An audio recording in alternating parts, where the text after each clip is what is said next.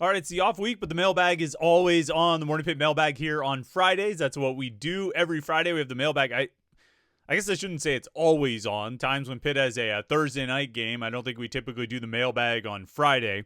But maybe we move the mailbag to Thursday that week, so it's still on. Either way, it is an off week, but we've got the Morning Pitt Mailbag here for you today on youtube.com/Panther-Lair.com. We got great questions. We got a ton of questions, too. This is going to be a challenge for me to try to be into the whole brevity thing and get through as many of these questions as possible. There's like 15 or 16 questions that you guys asked on Panther-Lair.com. So I'm excited to dive into this. This will be fun. We'll get through as many as we can and then send you off into the weekend. So let's not waste any more time. Let's jump right into it. The Morning Pitt Mailbag here on youtube.com/Panther-Lair.com.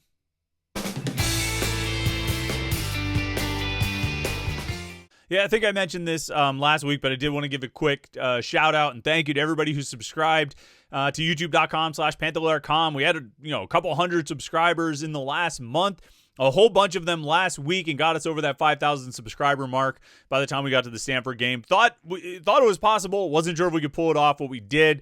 It's very exciting. I mean, this is what happens, I guess, when the football team wins. Is people start showing more interest. They want to watch things like YouTube videos about Pitt football, and they subscribe to things like YouTube channels that are dedicated to Pitt football and Pitt basketball, because the Panthers take on Longwood tonight at the Peterson Event Center. The second game of the regular season is a Friday night game. I'm sure everyone will be there. I'm looking forward to it, though. I covered the two exhibition games. Jim covered the season opener on Monday against Youngstown State. I'll be there tonight for this Longwood game, and I'm looking forward to seeing how this team looks in regular season game number 2. I forget if we have any questions about basketball, but if we do, we will get to it. In the meantime, let's jump into our questions this week in the mailbag. And remember, we always take the questions on the message boards at Panther-Lair.com. If you have a question, you're like, man, I want to ask a question for the mailbag, you got to be a Panther-Lair.com subscriber. I guess that's a little bit of a perk. We do these videos for free. You don't have to pay anything to watch these YouTube videos. You don't have to pay anything to listen to the podcast. But if you want to ask a question in the mailbag, you got to be a Panther-Lair.com subscriber. Just like Saboteur3 is a Panther-Lair.com subscriber. First question says, ask Pat Narduzzi if he has a person who scouts Pitt's offense as though they were a foe. And does that person's scouting report get shared with Cade Bell? I will. I can ask Pat Narduzzi some version of that, but I think over the years I and other people in the media have asked Pat Narduzzi sort of some version of like, how would you defend Pitt? Or, do you as a defensive coordinator look at Pitt's offense and give feedback? And he's always said yes. I think if there's a person, and I think they probably have like GAs and analysts that are more, sort of doing this on a day-to-day basis. But I think Pat Narduzzi is also looking at Pitt's offense and making suggestions based on what he sees from a defensive perspective. Looking at it and saying, okay, I'm going to pick up on your tendency for this, or this is what you're showing me, or this is how I'm reading this, or this is, because he's a very accomplished defensive coordinator in his day, still a pretty smart defensive mind. And so, yeah, I think he shares that insight and experience and perspective with people on the offensive side of the ball. Again, I think they probably have people who do these things day to day, track all the tendencies and plays and looks against different fronts and things like that. But in terms of actually like scouting the offense and offering advice and suggestions to Cade Bell, I think Pat Narduzzi does that. MGH421 says, what position group besides quarterback is the most important for the next 3 games? The offensive line, because of what it means for the quarterback. There's not. So you could get into like clever football analysis and be like, let me tell you, I believe that Pitt slot receivers are going to be the ones that are, the slot receivers against Georgia Tech safeties or nickel is going to be the matchup that decides this game. No, man, can you protect the quarterback? Can you protect Mason Heinschel? Can you block for him? And can you open up something of a running lane for the backs? Like, it's the offensive line. The offensive line is going to be the key to these games. And I don't know if they're going to play great. I don't think you're going to come out of it and say, boy, that was the strength of the game. But if Pitt wins against Notre Dame, if Pitt beats Georgia Tech, if they beat Miami, chances are the offensive line is going to play well enough to win. It's going to be because the offensive line plays well enough to win. Quarterback is the most important position group, but somebody's got to protect for the quarterback, and that's the offensive line. So that group, I would say, is the most important for the next 3 games. I'm not going to get cute or clever with it. I'm not going to talk about what it's going to be the corners or something like that. No, it's the O-line. It's always the O-line. Pugs35 says, why don't schools list snap counts alongside games played and games started at this point? I don't know. I think the NFL teams officially release like snap counts, right? Like why do we have to pay for a separate subscription service to get Pro Football Focus and just to get something like snap counts?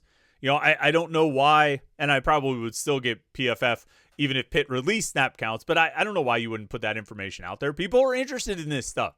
Like, understand, here's my thing with like universities, all right, and athletic departments. And I felt this way for about 15 years. They're like, I don't know if they know what they want to do. Like, what do you, if you're Pitt or any of these schools, what are you trying to accomplish with your website, right? Like on one hand, you want it to be a source of information, schedules, ticketing info, right? How to donate, and you want to store, whatever publicly available information you want to put there, your statistics and things like that. Okay, well that's not making any money, but that's okay. I think it's okay to do things that don't necessarily make money. But then they also produce sometimes they'll have like articles, like columns or interviews with people or written things. They produce like videos and stuff. So, okay, are you trying to, what are you trying to do? You're trying to tell stories. All right, that's cool. Okay, I get it. Sometimes the stories you're telling, sometimes it sort of feels like, and not as much recently, but there was a point where it felt like Pitt was like competing with the media, trying to like produce better articles or stories than media. And it just kind of got weird there for a little while. But I don't think these schools have like really decided what they want their websites to be. And I think in the end, whether it's a university social media or their website or whatever it is, it's all about driving donations. Like every single thing that's done in terms of outreach, communications, public relations, whatever it might be, it all comes down to like, how are we going to drive donations? Like when, Pitt's sports information department is coordinating interviews and, doing this or doing that, facilitating whatever they might be facilitating, they're not sitting there thinking, will this drive donations? But ultimately, they're not trying to put a bad look on the university. And why are they trying to not put a bad look on the university? Because they want things to look good so that people donate money. And so, if you want so you have these different goals, right? Where you're trying to drive the donations, you're trying to get people to give more money. But you also have this website that serves as sort of this repository of information. And so if it's going to be the information side and you want to drive people to your website to look at things, they go seeking out info and then maybe they stumble across the donate page. Okay, well then put more info out there. Make it a little bit more user friendly. Figure out why you can't get Raphael Williams Jr.'s stats, organized in better fashion. Figure out if you're going to call him Kavir Baines or Kavir Baines Marquez, like fix up some of these things so it's a good user experience when you go to the website for stats, and add more information. Add targets. They put targets in all of the post-game box scores. Like, put them on the official website. I don't think they're on there. Put on snap counts. Put on, make as much information as you can readily available. But that's just me. To your question, why don't schools list it? I have no idea. The RVS says, why do you think Pitt players typically outperform recruiting rankings? That's a good question. I mean, we've talked about different versions of this over the years. I think particularly as it relates to defense. I think defense is the area where you have seen Pitt players outperform their recruiting rankings and projections more so than on offense. And I think the biggest reason for that, what we've talked about, and I think what the Pitt coaches would tell you as well, is you're looking at a defensive staff right now that has been together for some of these guys like Randy Bates, I think got here in 2018, I want to say it was. Corey Sanders and Archie Collins came either that year or the next year. So, some of these guys have been together for 7 or 8 years, right? Ryan Manilak got here about 5 years ago. I think Tim Dowse is in his second season. But what you've got is a group of guys who've been together for a long time. And they've been here for a long time. They have a good sense of what this defense is and what this defense needs and what kind of players can flourish in this defense. And that has to do with physical skills and physical traits, but it also has to do with kind of who they are, who the players are, as far as being able to execute the defense, learn the defense, execute the defense, and be coached. And I think, these guys we're talking about, Corey Sanders, Archie Collins, Ryan Manilak, I think they've got a really good sense of how to identify those players. You're not going to hit on everybody. You're not going to have a 100% success rate. It's going to be anywhere from 40 to 60% probably in most recruiting classes. And that's just a random number off the top of my head. I have no idea, but feel free to repeat it. You're not going to hit on everybody, but what you do is you find those guys who you think in the evaluation process fit what you want to do. Fit what you want to do on the field, and fit how you want to coach them off the field, in the film room or in practice or whatever it might be. And they've gotten really, really good at finding those guys and evaluating those guys and developing those guys. And they've hit on some big ones. They hit on Kyle Lewis. They hit on Rasheem Biles. They hit on Braylon Lovelace. They hit on Cruz Brookins. They hit on Javon McIntyre. He was like a 3-star guy. They hit on Kavir Baines-Marquez as a transfer from UC Davis. Shadarian Harrison was probably underrated for as good of a prospect as he was. We probably should have had him rated higher, to be honest, and I was never really sure why we didn't. They hit on Sean Lee Jr. He looks like he's going to be an outstanding player. Cam Lindsey was a 4-star guy. He's living up to that, I think. But I just think they, when you look at what's going to make you successful in recruiting, it's having a very clear idea of what you need, what types of players fit what you want to do on either side of the ball, and then finding those guys who fit and the guys who not just fit, fit, but they can be developed, that you can see sort of, how they could develop and grow and take to the coaching, because it's evaluation, and then it's recruitment, which is like the pursuit and the sales and everything. And then it's coaching and development. And I think they have a very good group of coaches for doing all of those things. And they've gotten really good at it over the years, particularly on defense. And I think we're seeing it a little bit on offense. We're seeing some early signs. You've got one recruiting class that was put together by this current offensive staff. And that group has produced, Mason Heinschel, Chikarian Turner, and, I think Bryce Yates averaging 23 yards per catch. Tony Kinsler doing enough to impress the coaches and get on the field on special teams a lot, bringing in the transfers, believing that Raphael Williams could translate and Sincere Lee could translate and Justin Holmes could translate. I think these guys have shown that they're not at the level that the defensive staff is, not yet, but I think there are some encouraging signs from how this freshman class is performing and some of the transfers as well. Anon 6228239 Scout says, if you could pick one Pitt player one player from Pitt history to add to this team to help get to the college football playoff, who would you pick and why? Well, that's an interesting question. Pitt history? I mean, are you giving me Larry Fitzgerald? Or are you giving me Aaron Donald? Or are you giving me, Bill Fralick in his prime? Give me Bill Fralick. Give me a big, bad offensive lineman, From Narduzzi's history, give me a Brian O'Neill on this team. A really good offensive lineman to just bulk up this unit even more. Or give me Jordan Addison to make the receiving corps that much more dangerous. I think they've been good. They've exceeded my expectations. But imagine this receiving corps with Kenny Johnson, Raphael Williams, Blue Hicks, and Jordan Addison out there. If you want to go just this century, imagine Doran Dickerson in this offense. Put Doran Dickerson in his prime, 2009 Doran Dickerson in this offense, and you'd be unstoppable.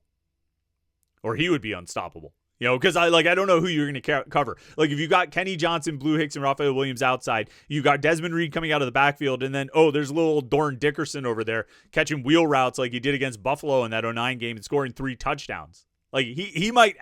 Doran Dickerson in this offense legitimately might score 15 touchdowns. Because I don't really know how you would stop him. And every now and then you probably even hand the ball to him or have him run the Wildcat or something like that. That might be my guy. Bill Fralick, top of the list. Aaron Donald, top of the list. Larry Fitzgerald, top of the list. Jordan Addison, Hugh Green, Tony Dorsett, as good as their running backs have been. When you talk about Pitt history, there's a lot of really good players to add in there. You want to talk about this century? Maybe give me Doran. Doran might be my guy, just to take this thing over the top and then, win score 50 points every game. Be the best offense in the country, maybe. Maybe I'm overstating it, but I don't think I am. I think he would go nuts in this offense. Richard2928 says, Chris, congrats on getting 5,000 subscribers. Did you use my idea of giving out Calamity Howler stickers to get to the 5,000 subs? No, I didn't. But if I get a good sticker company, maybe that would be fun. I wonder, but how many people are really going to get it? There's going to be 45 people who understand what the joke is. But Calamity Howlers. So I guess, could you see it in a Pitt script? Calamity Howlers with the Pitt colors? Calamity Howlers in Pitt colors? Yeah, that'd be pretty cool. What do people do with stickers these days? Where do you even put a sticker? I have stickers all over the place here, but none of them are stuck to anything because I don't know, what am I going to stick it to? Feels a little too permanent for me. Longer question here. All right, yeah, I'll read this. This is a longer one. It's kind of related to the question about outperforming recruiting rankings. 05 Lotus Elise says, I see a lot of posts talking about how Pat Narduzzi recruits a lot of players who fit the Pitt system and excel. What I don't hear about as much is how it seems the real key to success is finding people who fit the culture as the key criteria. As detailed in the book Big Potential by Sean Aker, studies show that when you get alignment and culture, you often get far better results than recruiting a bunch of uber-talented individuals.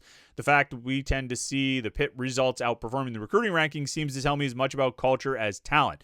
Do you agree that Pat Narduzzi's secret is more, or at least as much, a cultural evaluation as it is talent, realizing talent matters too? In my opinion, this is the answer to the post above, asking why he outperforms the rankings. I think there's some element of that. I think it's about finding a fit. And that can mean a lot of different things. That can mean a fit in the defense, a fit at a certain position, and it can mean a fit within the locker room. I think they have done a good job at that. Again, when you have 85 scholarship guys, now it could be as many as 100 and some scholarship guys. You have 100 guys on a roster. You're not going to have you're not going to be without some bad apples every now and then. That's going to happen. That you get some questionable character, and then you try to root that out and find it and not let it become a big problem. But, on the whole, I think they've done a good job recruiting character guys and guys who fit into the culture well. And so I think it's part of that fit. I think that's, but then when you start talking about recruiting rankings, I think as you look at individual players, part of it too is I think, and this has always been a thought of mine as it relates to recruiting rankings and how we talk about recruiting rankings and how recruits get ranked when they commit to a certain school. If we rank a defensive tackle as a low 3-star because he's, 6 foot and 250 pounds, we're saying, we think his ceiling is lower because he's smaller. But if that defensive tackle is a really good fit for an attacking 4-3 scheme, well, maybe in terms of the fit with the defense he's going to, he might be a 4 or a 5-star. And so we're rating it sort of in this general idea of how are you as a football player, but that can be affected by where you go and what you do and what kind of offense or defense you play in.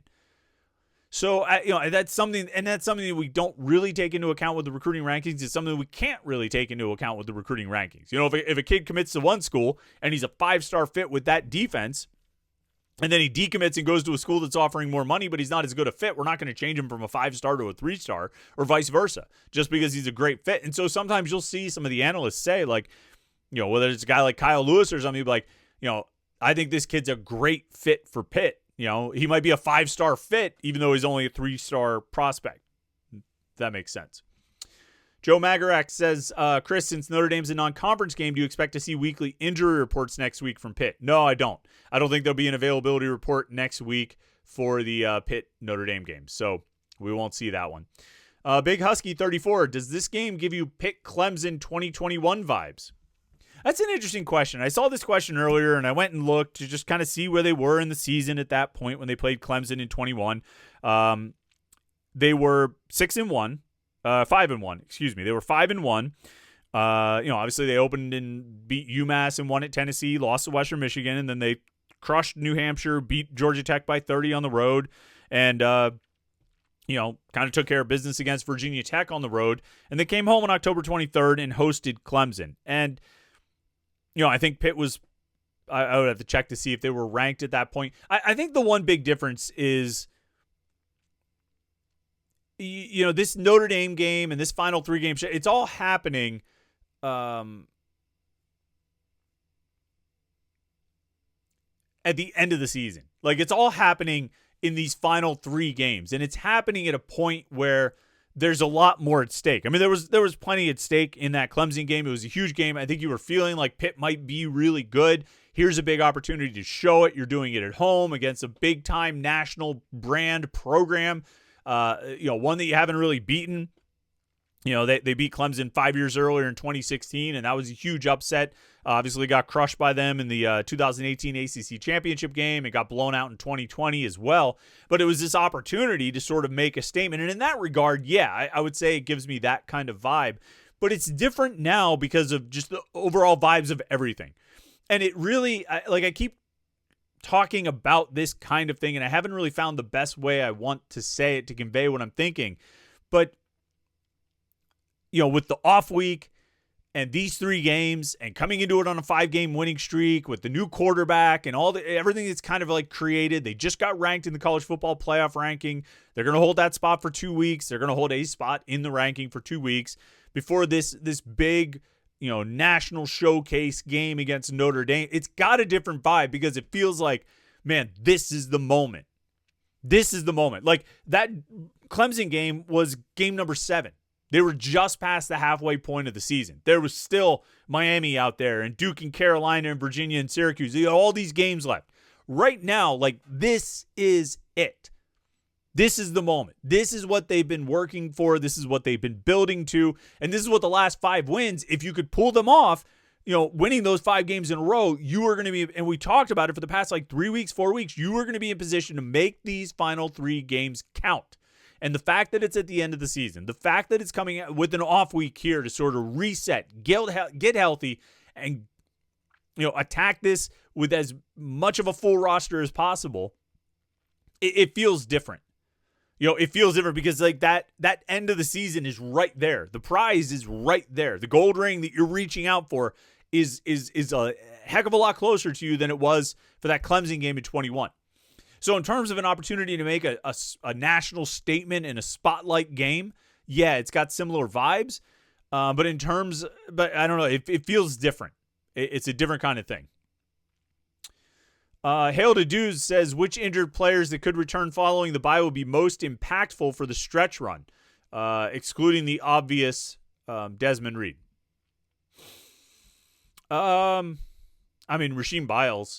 Rasheem Biles and Cruz Brookins. Those are the 2 that I think would be huge. And then the defensive ends. Any of the defensive ends you can get back. Jaden Moore played just 6 snaps or something like that at Stanford. If you can get him back on the field for a full workload or something close to a full workload, if you can get Blaine Spires back, those guys, it's shore up the defense because they're mostly okay on offense. I think you could have a discussion about Jeff Percy or Kendall Stanley, who you would want to have out there. But I think they're mostly okay on that side of the ball. And then, obviously, like you mentioned, Des Reed. But give me Biles, give me Brookins, give me a defensive end. And I think things will get really interesting and fun because, the reality is, those first few games, those games when Biles and Brookins and Lewis were all out there together, and Lovelace too, this defense was making plays. And they were fun to watch, and it was exciting because they had the potential to do some big stuff, blowing up plays in the backfield, getting turnovers, a 75-yard pick six. That's what these guys are capable of, particularly Biles, Lewis, and Brookins. So give me them. Get them back on the field, and let's see them go out and make plays. Yeah, I still got a lot of questions. I'm already like 25 minutes into this. I was supposed to be into the whole brevity thing. Why am I not? All right, let's move as quickly as we can. Pocono Panther says, Chris, although we still have some very important games left for this season, we are not too far away from the portal season. Which positions do you see Pitt in need of? I mean, I would prioritize offensive line. I think offensive line is always a position that you prioritize. They might want to try and go get a transfer tight end unless they feel really good about Malachi Thomas and Max Hunt. Defensively, there's not really a position unless you're able to shore up the depth at some spots, like defensive line or something. But I would be, the number one priority would always be offensive line, I think, every year.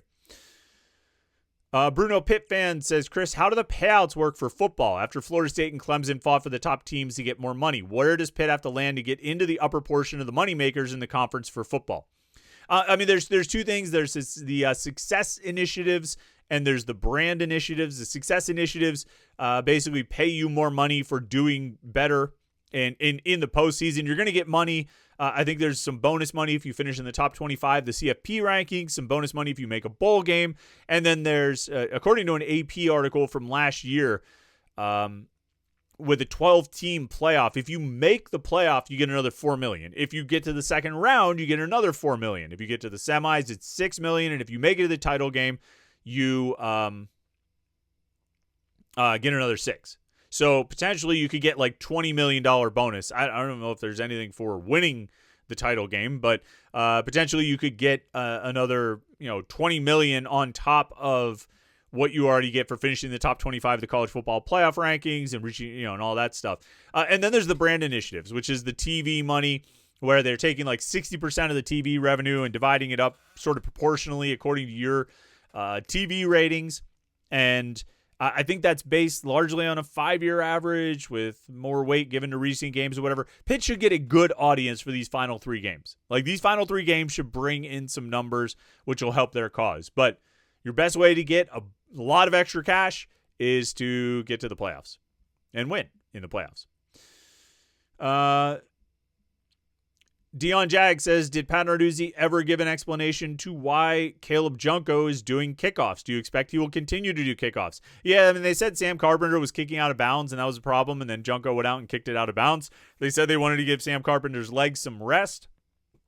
So I guess they're going to stick with it. Look, my thought always is just kick the thing out of the end zone. I think these guys are strong enough to kick from the 35 and have it go 75 yards off a tee. So just do that. Don't worry about potential, returns. They try to get too clever with it. I think the kicks that go out of bounds, like the kicks that have gone out of bounds from Sam Carpenter or Caleb Junko, I don't think either of those guys was trying to, just kick for a touchback. They were trying to place it on one side, place it on another, put it in a corner, whatever. Like, just don't bother with it. I just don't think that's something. I don't think it's worth trying to get an edge.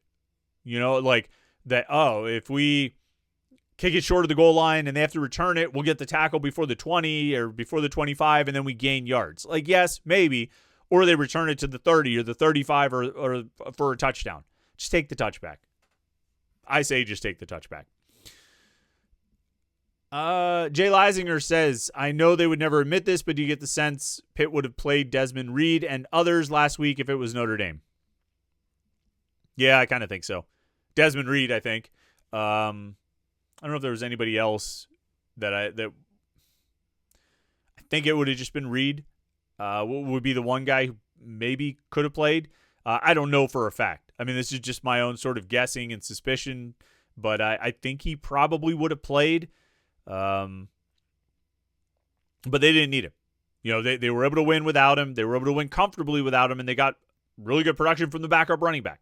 So, and if that allows Desmond Reed to be healthier and closer to 75% or whatever he's going to be for the Notre Dame game, then it was absolutely worth it. And the fact that he was in pads and everything like that, I don't think he was officially ruled out. I think it was a game time decision. They could have gone to him if they needed him, but they didn't need him. Final question. I knew I could do it. Gene's Place. This is it says, this is not much of a question, but I don't remember hearing Jakiri and Turner discussed as part of the running back depth at the beginning of the year. I do remember Pitt had 2 freshmen out already for the year with the injuries, I also see Turner was recruited as an athlete. Was he always factoring into the running back depth or switched over late? Or it could be I am just not remembering correctly. Yeah, he was always going to be a running back at Pitt. I think that was always the plan. I think he impressed them during spring camp, but I think he was also banged up during spring camp. So he didn't get as much work. It's part of why they moved Justin Cook, the transfer walk-on from East Stroudsburg, from receiver to running back, because Desmond Reed didn't practice all spring. And then Turner, I think, was banged up and didn't practice. I think they always expected him to be a running back, and I think they expected him to be really good, actually. I mean, you can go back and look at the spring, what people were saying on and off the record. And expectations were pretty high that Jakarian Turner was going to contribute to this offense and play well and make some big plays, and he has certainly done that. First true freshman to get 500 all-purpose yards since Kenny Johnson 2 years ago, and well on his way toward being the first true freshman to get more than 600 and even 700 all-purpose yards since Jordan Addison did it in 2020. So I'd say that has certainly paid off. He's been really good, and I think it's what I don't know if it's what they expected him to do, but I think they expected him to be this good, have this kind of potential. I don't know if they expected him to have to contribute as much as he has so far, but he's been outstanding, and now Pitt, has a really good running back room, I would say, because I would include Juelz Goff. I think he's really good too. Just Reed and Turner have been a little bit better. We did it. Made it through all the questions. I knew I could do it. It was not brief at all. It's more than a half hour, but I appreciate everybody tuning in. Look, it's the mailbag, right? It's Friday. We got to give you all the bang for your buck or something. Listen, do me a favor. Like this video and subscribe to youtube.com/Panther-Lair.com. And enjoy your weekend of relaxing, Pitt fans. This is the weekend where you relax, and then the next 3 weeks, it's intense. It's big. There's a lot at stake. And it should be fun till kickoff. And then it'll stop being fun, and it'll just be intense and nerve-wracking. But either way, we are here for it, and we'll be talking about it on youtube.com/Panther-Lair.com. So make sure you like and subscribe. Check out the website all weekend, Panther-Lair.com. And yeah, thanks for watching the videos this week. Have a great Friday. Have a great weekend, and we'll catch up with you Monday morning for the Morning Pit right here on youtube.com/Panther-Lair.com.